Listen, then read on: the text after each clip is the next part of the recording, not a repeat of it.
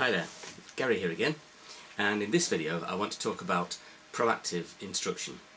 You've probably heard the term proactive instruction. It's used a lot, but do you fully understand what it means? So what I want to do is go through what it's about, why we use it and how we use it. So first of all, what is proactive instruction? Well, it's early instruction. Early instruction so that the pupil's got time to think about what they've got to do and then they can physically do it. It's informative instruction, so you're giving information about what might happen in a certain situation, so the pupil's forewarned about what could go wrong and what they might have to do about it.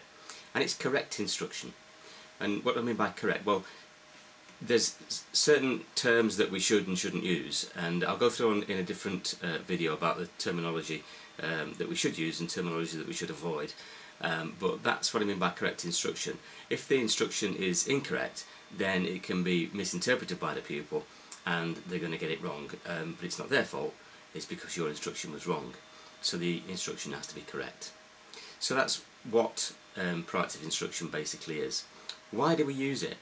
Well, we use it to prevent faults. So if you're giving the right instruction, then and the pupil is going to follow your instruction, then the pupil is going to get it right. So the only way that there could be any faults is when the pupil doesn't follow your instruction, and then that's not really down to you. It's something that the pupil's not done correctly, so it wouldn't be your fault, it would be a problem that you'd have to fix from the pupil's point of view. It's also to enable the pupil to achieve.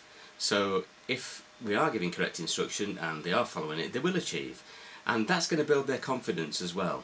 So they'll feel better about their abilities, they'll develop quicker, that's another aspect of it, and everything goes in the right direction. So everything's positive and proactive. There's a lot of P words with this subject.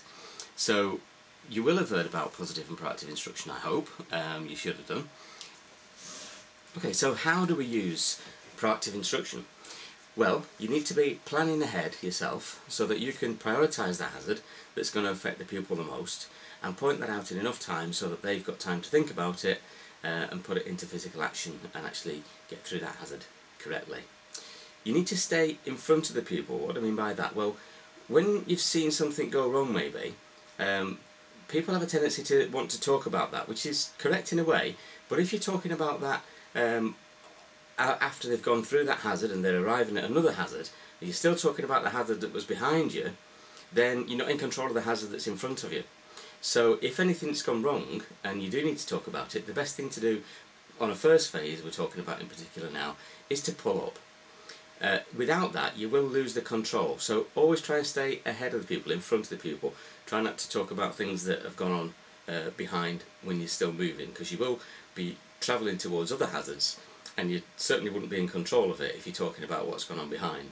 And then you get what I'd call a snowball effect, where you get another fault, but the faults are caused there by your retrospective instruction, which means that you're talking about things that have gone on before, rather than proactive, which is talking about things that are coming up. The way to practice this, if you're not out with a pupil, is to talk yourself through situations, do commentary driving, but do it in the way that you would with a pupil through the levels of instruction. So you might start off with guided instruction and you alert to the hazard, give information about it, and then instruct yourself through it. But if you're going to do that, just make sure that you say what you're going to do, not what you've just done or you're doing now, but what you're going to do.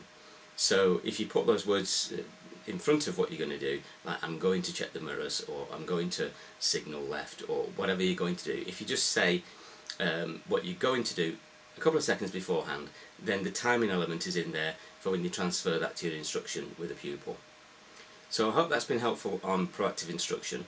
I'm going to talk more about positive instruction in a different video, so look out for that one. Thanks for listening.